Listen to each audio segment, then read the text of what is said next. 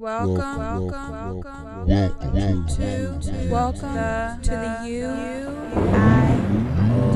I discussion. Welcome to the UI discussion party.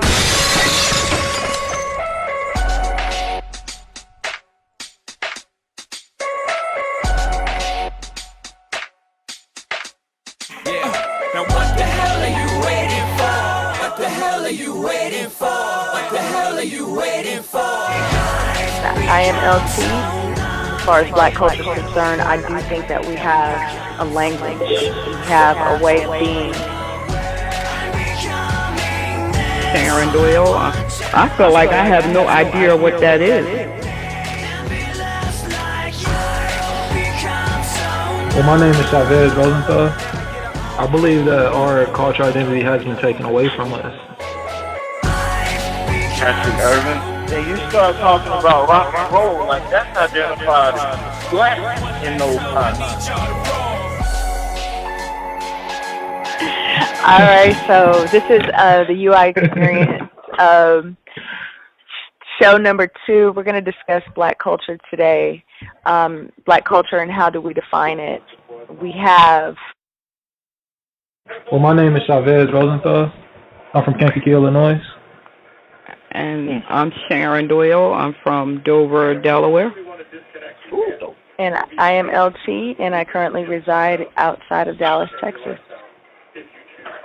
And I am Patrick Irvin, and I currently live in Greenville, North Carolina. Well, I'll kick it off. I personally would say that for anybody who has felt outside of Black culture, anyone who has felt like they weren't a part of Black culture might have a little bit of insight onto what Black culture is. I think that language defines a lot of any culture that you find around the world. So as far as Black culture is concerned, I do think that we have a language. We have a way of being. You can actually look and you can state this is a person who is a part of Black culture. So it is something that can be defined by how you speak, what you wear, how you look, the way you carry yourself. But it might still mean something different to every individual within it. I would define it as anyone who's brown skin or black. But what she is saying is, what would be that tangible thing that connects all those brown and black people together? That would be culture. That's what I'm getting ready to get to. It's hard to really identify with that because I feel like I have no idea what that is, what my culture is. I mean, I know that I'm supposed to perm my hair or put on a suit and tie, speak like conservative language in order to get a proper job, and I'm supposed to go to school and become well educated in order to fit into white society, but I have no idea what my own culture identity is. You know what I'm saying? What I'm trying to say? And that's assimilation. Right. Okay. I know what to do as far as that, but as far as what my own culture identity is, I would say I have no idea. I believe that our cultural identity has been taken away from us. You know, when we are in the wilderness, so to speak, and while we are here, we are in search of a new culture that can define us as a people. Right. That's where the word Negro came from. It has derivations from Latin, which means that of the dead. When I say dead, I don't mean dead as in event, but dead rather than something not functioning as it's supposed to be. Right. And that's why they use that to define us, because we have no culture. Exactly. It almost seems like that's the reason Alex Haley went to Africa in seek of his roots. Yeah. Right, because he was searching for his identity, and when I watched the picture Roots, I think it's the last one. I'm not sure what number it is or the title, but when he finally got to Africa and he met his people, it was almost a weight lifted off his shoulder when he hugged the elder of the tribe, because he had finally found himself. I think a lot of us think that if we go back to Africa and can pinpoint the spot we come from, we can find our culture. But then you hear it said that some of us were here before the slaves was brought over from Africa. So could it be that our ancestors are right here? Our ancestry is right here in America, or is it over there? It's like we all screwed up. You don't know where to begin. Yeah. And that was part of the plan. Yeah, that was part of the plan of conquering a people. If you can separate them from their culture and consistently separate them from a culture, you're taking away their identity. So for us, if you don't, I'm sorry, Shav, but if you don't assimilate to the dominant culture, then you're lost. That's that feeling of being lost. Yeah. What I was gonna say is that it doesn't matter. It does matter, but as to the point of finding our culture, we shouldn't really distinct ourselves from the people who were here and the people who are in Africa. All we know is together now that we are lost, and that should be enough to link us together in order to form our own new culture, as you can say. That's true. Well, see, I agree with that. What you just said, because black culture is so diverse. I mean, even in Africa, Africa isn't just one place with one group of people that all do the same thing. There are hundreds of different cultures in Africa alone. That's true. So even in America, no matter what city you go in or what state you might be in, the black people in that particular area have a different culture than those anywhere else. So it's real hard to pin down on a national level, what black culture is. It's difficult. I mean, even spending some time up north in New York, the culture up there will get you in a fight down in the south. Right, that's true. And Sharon, since you mentioned roots, have you seen when they were all on the boat and none of them spoke the same language, and they said we are all from different cultures, but the man has said, brothers, people linked together with chains are brothers.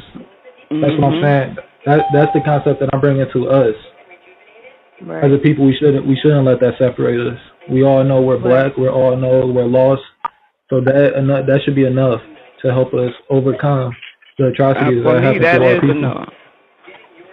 And that's what I was saying when I started off, is that I'll give a little bit of my background. I grew up in California, and in California, you can find different distinct cultures of black people in the Bay Area or in LA itself. And how it was coming up for me is there were specific things that let you know whether or not you were considered in the black culture. It was how you spoke.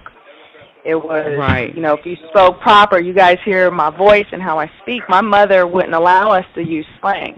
My mother was like, you don't use slang. This is how we speak. When you go out in the world, this is how you're going to speak. So then when I tried to identify with certain groups of, young black youth, they let me know I was not a part of that culture.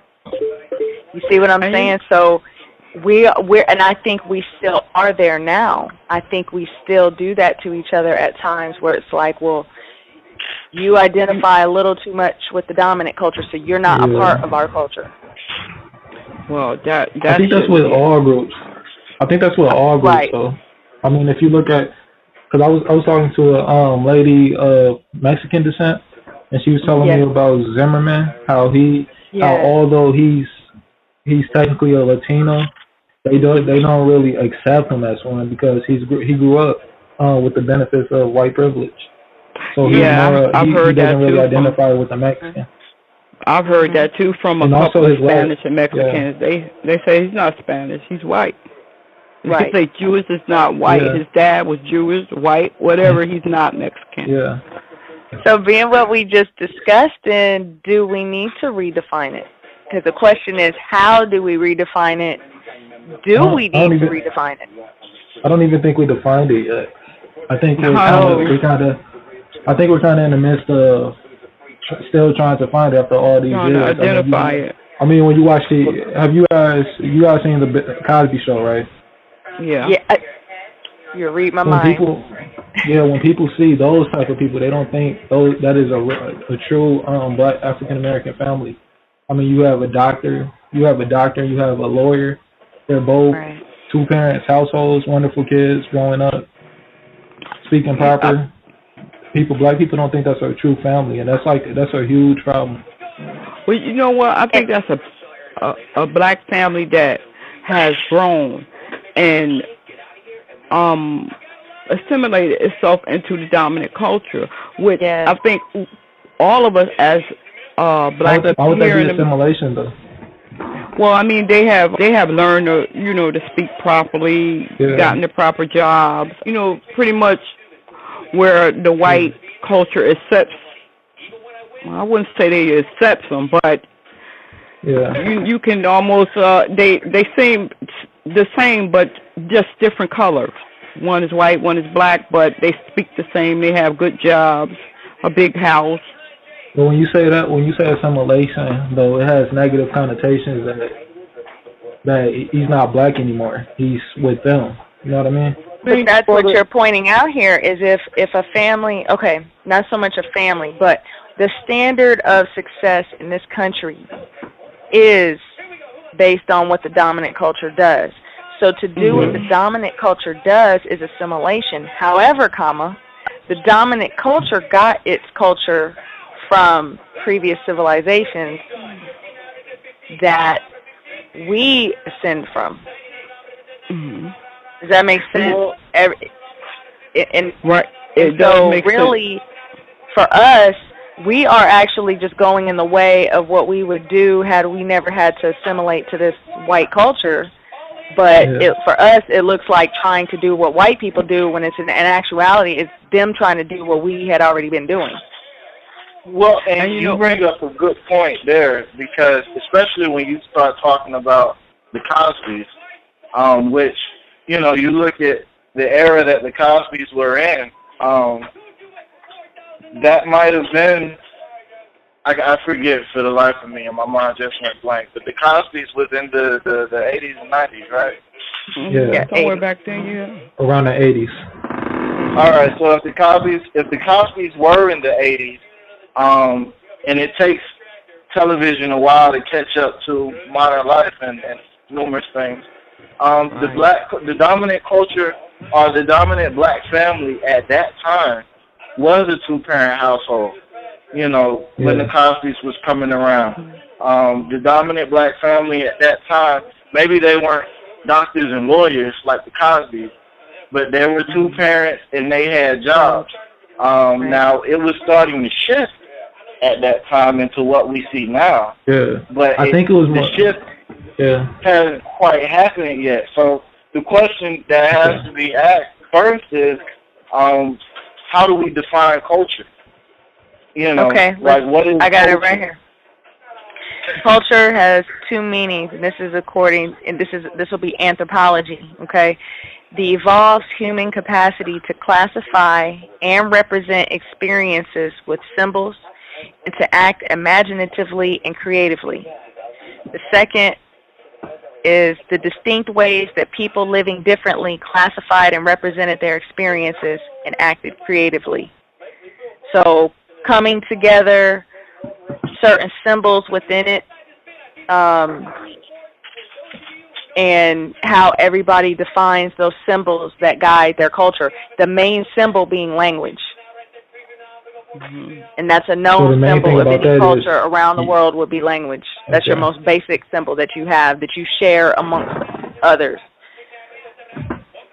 But when you think, we kind of do have a language, but it's more of an assimilated language to the English, to American English, basically.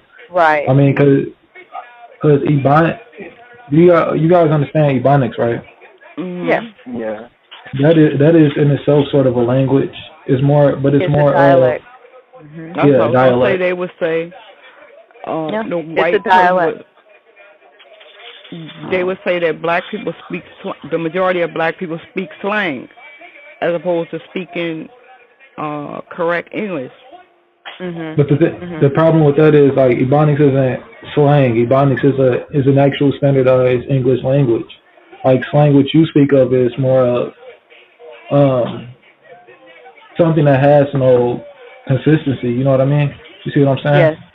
Yes. So And the where, fact that we can code switch tells you that we can go back and forth between two ways of communicating. yeah, So the way we talk to each other and the way we talk to someone of another race, we can switch back and forth between what we need to say But and how we say it.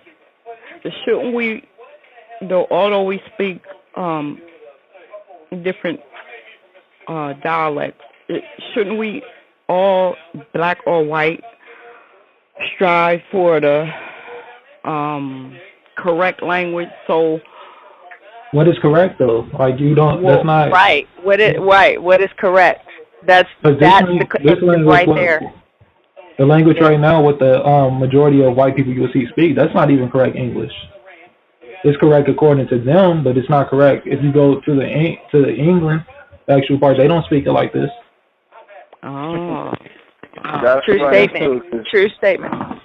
because I have friends from my military days that have been to England. I even have friends that are from England, and they all say the same thing. Americans don't know English.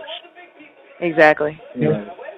And over there, remember, you have in Britain, you have proper English there as well, because they can Yeah. tell what bloodline you're from. They can tell what side of London you live on That's true. based on your accent. That's So true. it's anywhere you go, you know. But the main thing is, what are the symbols also in addition to language in the black culture? So we have language, our music, that Yeah. connects us. mhm. I would. Connect I mean, some you of could. us. Yeah. Yep. Some would say the new rap that's out now. No, that's not like I was mean, offended it's by still Soul Plane. Some still people out there thought that. though. You But go throw ahead. on an old Dicey, school.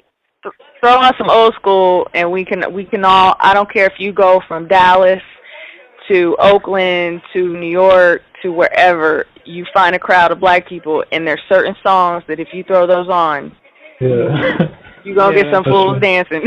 So, Yeah, yes, that's so definitely our music as a symbol. But the question with that becomes, those same songs, will they be part of American culture as a whole, or are they specific to black culture? Because I can think of a number of songs in the black community that if you turn them on in a room full of white folk, they'll start dancing.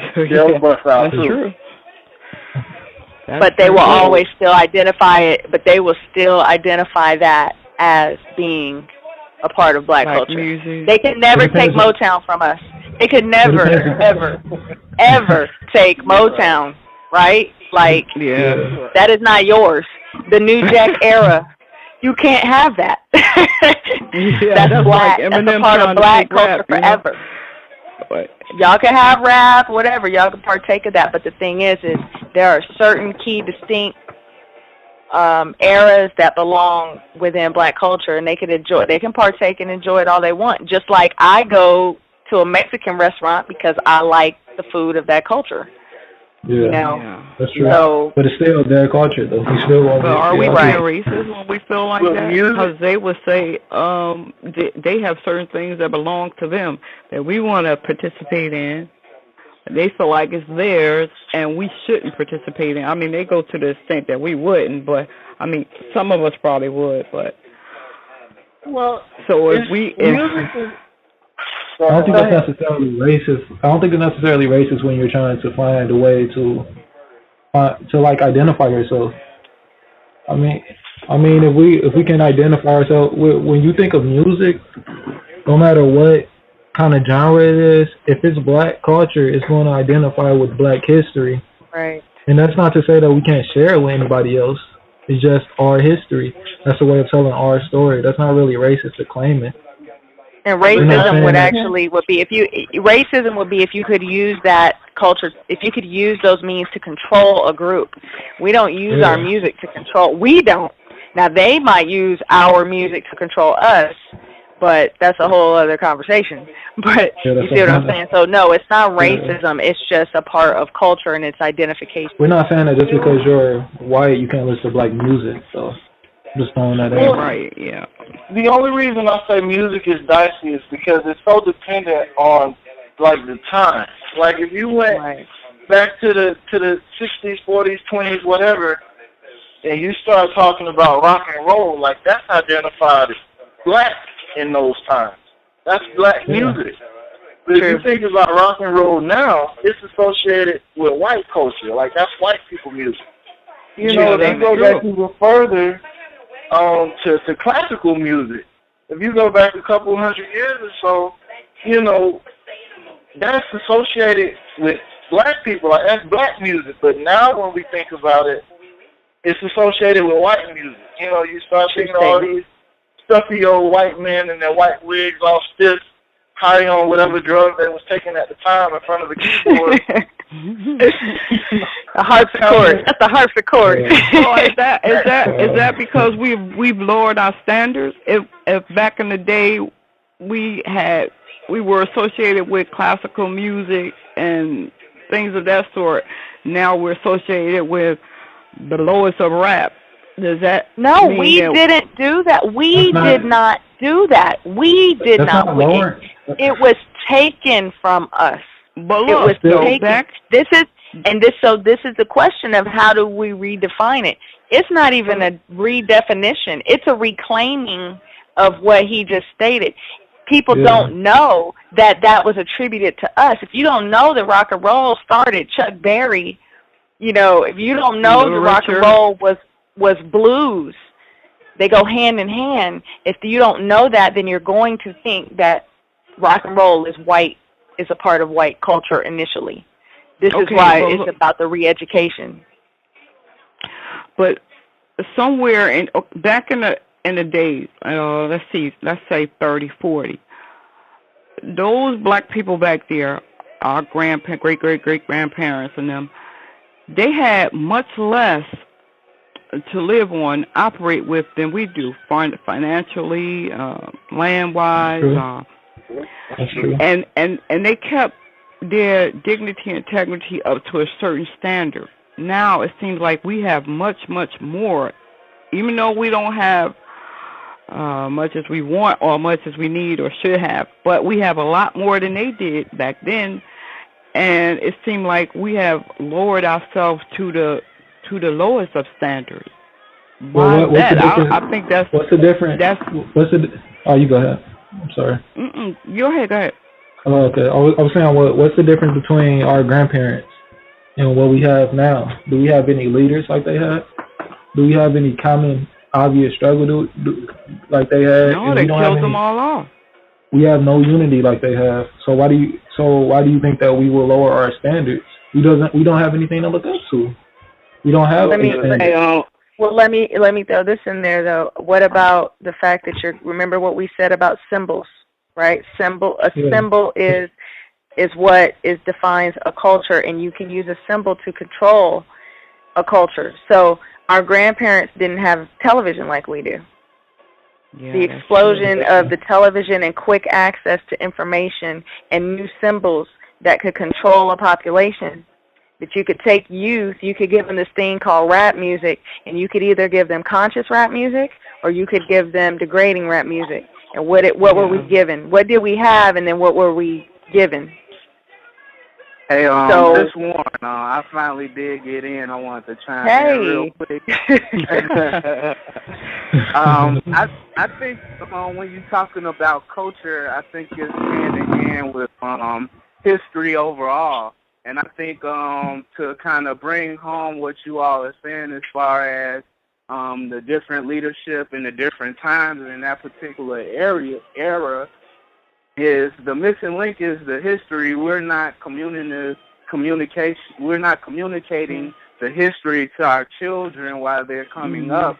So of course they wouldn't know that we started classical music or blues or any of that thing, anything of that nature. So it's getting lost. And then I would agree on that. We do a really bad job of passing down our history. The same thing with tradition. It's like the tradition is getting lost as well. So when you talk about Mexican food and stuff like that, we're starting to lose even that aspect when you come to cuisine, so to speak. So I think it's more so a history issue as opposed to one of the other identifying points. Right. Well, Right. I agree with that. I think there's a lot of, I think, because Dr. Clark Anderson does a real good spiel about comparing what we had back then to what we have nowadays on the economic level. And economically, although we haven't moved because we're still in the same percentage, I think we've gotten worse. But morally, I think we've just fallen apart. Back then, everything, we had pride in our history. We had pride in being black. We had pride in where we came from. And all of that was instilled. Every father was an honorable leader of his household. He was respected in the community and by the people in his household. And that at that time, I know with my grandparents, my grandfather frequently says the most important man he ever met in his life was his father. And before his father died, hearing his father saying the same thing about his father. So there was the black nowadays. race. Go ahead. It's funny that you said that because one of the things I was thinking about was how I believe our race is the only race where you can hear somebody say, "Oh, they too black." And I think what happened was people became afraid of being labeled too black, and they started dumbing it down or toning it down, and it got lost in a little bit of that. That's what I was going to say. Drugs incarcerating the black people at a higher rate as well. It seems as though once a black person reaches a certain plateau, they want to disassociate themselves as being black. They want to all of a sudden take on the white image, or they want to be white. They don't, they don't want people to associate them with the black race. And in some ways, you sympathize with them because now, not all of us, but a big majority of the black race is the morals have dropped so low and then I always say, in my opinion, we're only as strong as our weakest link because America judges us by the least of us. And what certain blacks do now, it's really giving us a bad image and a bad name. So black people at a higher level, they don't want to be associated as being black. That's the problem.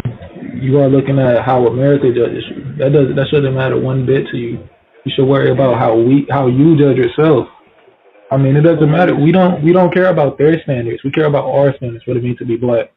I mean, they were the people that told us. They were the people that told us we came from Africa, where people were monkeys jumping up and living in jungles, etc., etc. It depends on what you think about yourself, not what they think. Who cares what they are thinking? I really don't. I think I'm just saying in general, not you particular. I think we got to work on repairing each individual household as a unit. Because I was having a conversation with one of my friends, and they was talking about how we view the Oscars as a more prestigious accomplishment than a BET award. And that's the problem. We're trying to fit into somebody else's deal instead of embrace what we already have. So until we can do that on an individual core where we start getting pride in our own things, then we're going to continue to have that challenge and be defined by what the white people say, so to speak, because we're trying to assimilate to their deal. And that's That's true, exactly what we need to be headed, is to get, if we're talking about telling our youth where they came from, what is in their history. And I'm talking not just whitewashed public school history that has been given to them. I'm talking about going back and actually giving them directly from what is a part of our culture. It's okay to do that. It's okay to embrace it. And I really believe that we need to begin to let the white culture, I'm not even going to say dominant anymore, because really they aren't dominant. By 2050, they become the minority. I think it's 2030 now. It's even, okay. So it's okay for us to let go of their system and their culture. That is perfectly fine and perfectly acceptable at this point in time. I think in order for our black folk to survive, we have to do it at this time. When you have blacks such as Magic Johnson opening up schools now in our community, eventually I think if we continue down that path, we will get our history and our culture back. But we have to be afforded the tools we need. No, they're not gonna give you. That's what I think. That's where we are now. So we can't ask who, ask for what. They have all the resources they want to lock up. They're going to continue to lock up resources. No more asking. Those days are over. We recognize who we are, and I think at this point, it's a matter of just I'm not. Bless those who wanted to march yesterday, but I'm not going to go out and march for people who are just going to mock, the process. We need to turn around, look at ourselves, take our culture back, and get about our business. I totally agree with that. I'm not about waiting for an opportunity. I'm about creating an opportunity, and I think that's what more of us need to do instead of waiting for a handout. We can't look to the establishment that enslaved us to give us all of the resources that we want. They don't want to. They don't want to, and they're not going to. When you say the establishment that enslaved us, are you talking white culture, or are you talking your current establishment has no desire to change. This system does not desire change. I want to clarify something. When you say the white system, you don't mean just your everyday white people. I mean, they're not. Right. Because I know. No. I'm talking about the fraternal brotherhood. Well, if we could pull this back to culture, though, I mean, and it might suck, but we've just highlighted something that nationally, as a group, we can all identify with as part of our culture, no matter where you go, no matter who you are, no matter where you live in America. If you're black, you're having to deal with your community looking up to another community as the gold standard. Yes. So that is a part of, that in itself is a part of our culture. So that's something we have to come to terms with and change, and I think that change is going to start in the home, not in the classroom. Which is the classroom. And it is. And the shameless plug for the UI blog, I just wrote an article on while we are moving forward. You guys go check that out on the UI website. But where I talk about why marching nowadays is different from the marching we did in the 60s and the culture of the time and all those other things. I think personally we need to, for one, our parents have to become teachers again. And our kids need to be students at home more than they're students in the classroom at school. Because in the school, they're going to get what we would say the system wants them to get, unless they go to boarding school or charter school or something like that. And even then, the curriculum, although it can be stretched, can still be controlled. You control what your child knows, and if you instill that pride in them at home, then that's a step forward. Two, I think we need to reconnect with our older generation. I'm a big fan of the theory that our grandparents have failed us for the simple fact that they lost connection with their children. Now you have parents, mothers, 20, 30 years old, raising kids, and the kids haven't talked to their grandparents. My own generation, you know, there's a gap between my mom's generation and her mom's generation where that knowledge base isn't being passed on to these would-be parents to teach them about their history and to teach them the benefits of teaching their kids history. So I think we have to reconnect with our elders and show them respect and stop looking at them as nasty, miserly, mean old people that we just want to get as far away from because they always offering us stale candy and they smell like mothballs. You know, so I think those are two big things for me, and I think they start on a small level. I got a bunch of other ideas, but I think if we start there, that'll be a moving point. Okay. I definitely agree on the point that we need to start with the education in the home. I think education at home is equally important as the education at school. I wouldn't say that one would be less than the other. I still say that the history component is extremely important, and I think that as a focal point, so to speak, or a group that's making a transition for the culture, I think it's important for us to establish like rites of passage or some type of tradition, because I feel like a lot of them has been lost.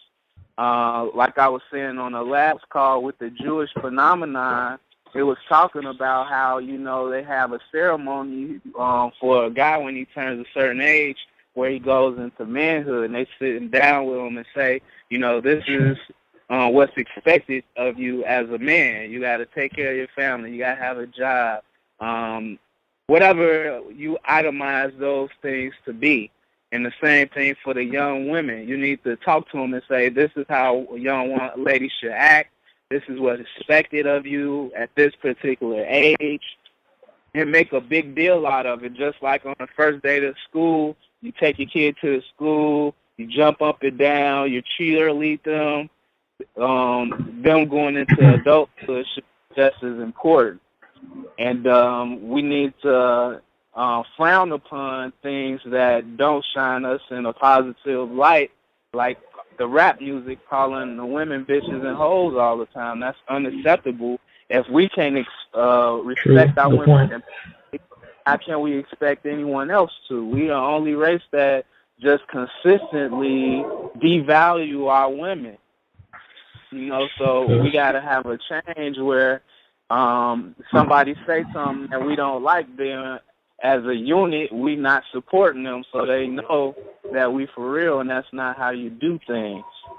And I think once we start having enough pride and we start doing some things like that, we could have some momentum. Another thing that I feel that is a huge problem is in the so-called bad neighborhoods, when people go to college to get an education, then they want to move to a so-called good neighborhood.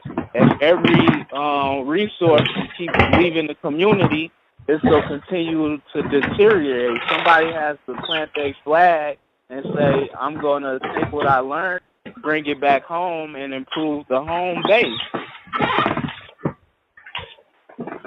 Okay. That's my soapbox. I think I think a huge thing that that LT mentioned earlier was when you have a culture, there's one thing that you need, which is unity. I think that's really huge, and the way you get unity is that we all have something in common, and it's obviously that we're black, and you have to emphasize the importance of like knowing that don't be embarrassed because your skin is black. I mean, you have, in my generation, you have little kids being ashamed that their color of skin is black, and they say, I'm not black, I'm light skinned, or I'm not black, I'm Creole, etc. But I understand that it's a stigma right now with being black, but there's also a stigma with being Mexican right now. But you don't see the Mexicans touching themselves from their race. I mean, you hear everybody calling them illegals and everything. I don't think it's a stigma with being black. I think it's more so what the media portray. I never felt bad about being black, and I like singing. Say it loud. But there's other people. There's other people that are black and you wouldn't even hear it come out their mouth that they're black. They say I'm brown or I'm light skinned or I'm not with you. You know what I mean? Didn't somebody else say that they were in the military? Who else in here? I thought I heard somebody say that. Patrick, that was me. You? That was me. Yeah. Mm-hmm. Okay, what branch were you in? Air Force. Okay, because I did Navy, and I can tell you that being black in the military, and from what I understand, Army is the same way. They let you know that you are not your culture. You are a part of that military culture, and you better stop trying to identify yourself as anything but whatever that culture is. And so after a while, I know for myself, I did 14 years, and after a while, you do start to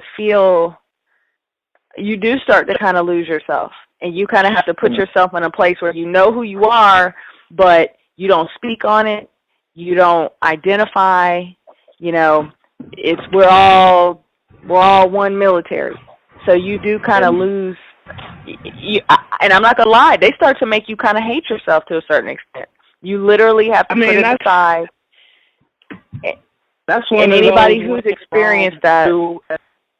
That's one of those when in Rome, do as the Romans do type deals. I mean, exactly. When you in the military, you preparing for conflict where you got to kind of get rid of those lines because you fighting for your life. So that's a little bit extreme, but you can take what you learned from that, as well as with fraternities and sororities, on how they break an individual down to build them back up. And that's exactly what we're going to have to do with our culture. We're going to have to break people down to bring them back up. Yeah. You're going to say, your skin black, but you're not a true until you go through this process. It's not, you can't just be identified just because of your skin. A black person holds themselves to a certain standard, and this is the standard that we have. Well, to go on what she said, though, it's not like they're saying we're all one big happy family. I know at least for me, it wasn't. Like, it was like, we still got our good old boys, and you ain't one of them, but you ain't a nigga either. You a soldier, but you just not a good old boy. So they still had their points where they let you know you weren't in the in crowd, but, you're a little bit above a civilian nigga, but you're still a nigga. So it's real. So with that, how can you use some of that to redefine our culture? Because that's what we're trying to say is how we going to redefine it. It's what you just said, that you can break down that, yes. Are you breaking down the way we see how people go hard on trying to remind people of the symbols that, again, for anybody who's a Christian on here knows that even if you're going to retain what you believe, there's still some things that you have to break down to understand, to build back up, to know why you do what you do, why you believe what you believe, and that's what we've come to with our black culture. We need to break our people down to make them see why they've been doing what they've been doing. Why do our youth get on Facebook now and take pictures of themselves in the mirror like it's the thing to do? That's the part of their culture now. Well, we need to show them why that does not build them up. We're going to have to remove these symbols, these things that have become a part of the culture now, take those symbols, shatter them, and then rebuild people back up into something more positive. Or something, I don't want to say positive or negative, but something that works for us to move us forward. I'll say positive. I definitely say positive. Or you can say positive or negative, but I don't want to judge it, because what I might think is positive, somebody else, that I definitely think is negative, but there may be some things that, It doesn't matter. Whatever works. That's all that matters. Yeah. So far we got the family unit and history are the two big components in the communication or bridging the gap between the generations. How do we go about bridging the gap between the generations to help redefine our culture? Well, I think one of the big problems with bridging the gap between the generations is it's becoming another part of our culture that, I mean, I was reading an article the other day. This lady was a grandma at 29, and I mean, I kid you not. Wow. You know, like, grandmothers are so young nowadays. And really, they don't have the information that we need because they haven't had the lives, the experience. So I think it comes to a point where you have to, our youth kind of look at the older old people, and I'm talking about 60 and above. They kind of look at them like they're a burden. You know, like it's almost like, will you just hurry up and die? You know, so we have to just change the way we think about our elders. We have to change the way we really communicate with our elders. My kids right now, they don't say yes ma'am or yes sir, you know, they're liable to get punched in the mouth. You know, you have to instill a certain respect for people that have lived longer than you have, and that might, you know, I'm not saying all of them, but if you've been alive for 60, 70 years, there's a pretty good possibility that you know more about life than somebody that's been alive for 14 or 15 years. So we just have to instill that level of respect for our elders, and we have to stop being so sensitive. Elders have been old, they've been alive a long time. They don't have patience for foolishness, and if they're gonna tell you it, it's just gonna come out the way it is.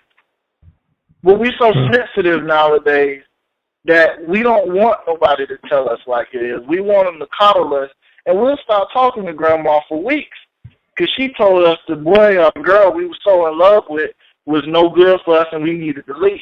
Well, she don't understand. She's just mad because blah, blah, blah. I ain't going to talk to her no more. You know, or even something simple like, you know, you choose to go to work right out of school instead of going to college, and you tell your grandma about it, and your grandma say, well, baby, that's just stupid. Now your feelings hurt. You don't want to talk to her no more. So, you know, we have to instill that level of respect for our elders, and then I think we need to develop some tougher skin insofar as being told the things that we need to hear, because it ain't going to come sugar-coated from your elders. It's going to come blunt raw. This is what it is. I completely agree with that last statement, that the thicker skin, that we need to start being real. We need to get real with ourselves, stop lying to ourselves, stop thinking that because somebody critiqued us.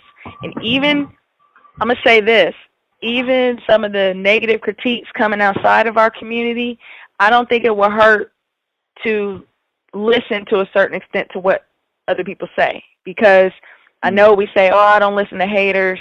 But sometimes a hater can show you a little something. You know, you can take what you need and purge the rest if you don't, you know, if it doesn't fit. But we do need to start taking a look at ourselves and being okay to evaluate what's going to be good for us and our culture and moving forward.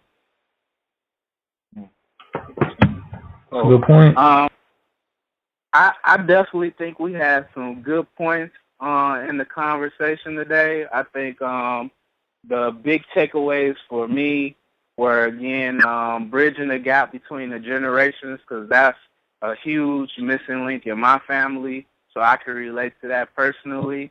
Definitely making the emphasis on the education at home, because a lot of parents today rely on the school to raise their kids. And then not only that, I think that we need to reestablish or establish the set form of traditions and standards, and definitely make the base having a tougher skin, because I argue about that a lot as well, talking about you can't be honest with a person because they go down there, go in the corner and cry, or they ain't never contemplating suicide because you gave it to them raw, like, you fat, you need to work out. I think you don't love me for me, I can love you all day, but you go die from high blood pressure, cholesterol, and obesity. You need to lose the weight. You fat. That's a little. You know, so this is real.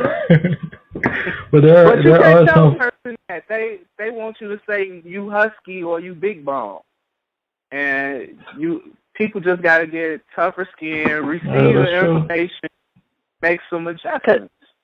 Yeah, The truth shouldn't hurt. comfort can kill you sometimes. Yep, little truth. Mm-hmm. And I definitely agree that well, not agree, but I think that whole hey, what did you say?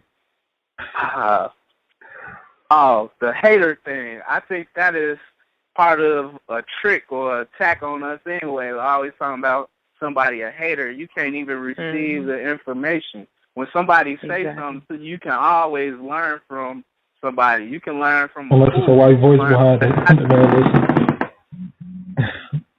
So I think we need to get rid of that hater mentality and just receive what people say. You could do a honest self-assessment to say, well, you know, maybe I ain't on top of my game. Maybe I can stand and improve, or maybe I am fat. You know, maybe I need to go and lose some weight. I can go on a diet or exercise or whatever the case may be. But as far as tying that back to the culture, we need to be able to receive criticism or critique and use that as a mechanism to improve. Agree. But at the same time, while you're giving criticism to other people, you must be doing the self-reflection on yourself. Just add that in. I hate that statement, man. I think that's a cop-out.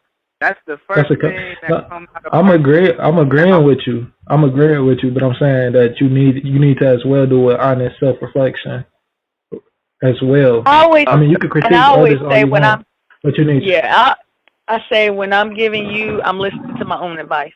Like I'll state something and be like, "This is advice to myself as well. I'm not just telling you."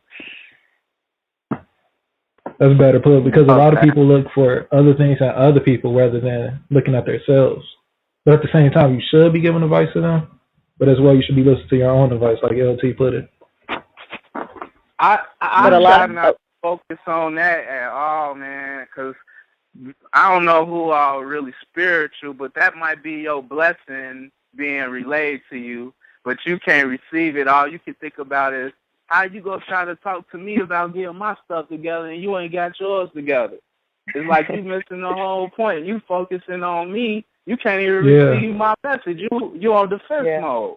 To just receive that message, that could be the blessing that's for your life, but you on this the blessing focusing on the wrong thing. It might not be that person's season who's giving you the message. It's just like you were saying with the older generation. Yeah, the older generation go tell you that's a stupid idea, but you can turn it on them. Well, what are you doing with your life? You asked me for $20 for this.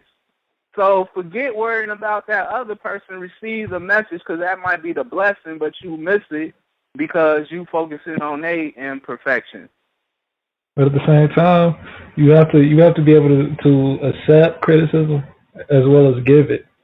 Because if everybody just deflect each criticism that's aimed at them, then people just gonna be talking all day and no one is gonna be listening. That's what I'm saying. Don't reflect it, receive it. That person who criticized you definitely got a criticism coming their way. Because I try to correct anybody. If I see something wrong, I'm gonna correct it. And I'm my biggest critic. Everybody don't operate like that, but I mean, your peers should be holding you accountable and correct something when they see it wrong. Well, that was a good conversation. I think we did come up with some points and some actual specific nuggets that people can pull out from that, as far as family, bridging the gap, and being able to do self-assessment. So I do think I think people will be able to take away something from this conversation, definitely.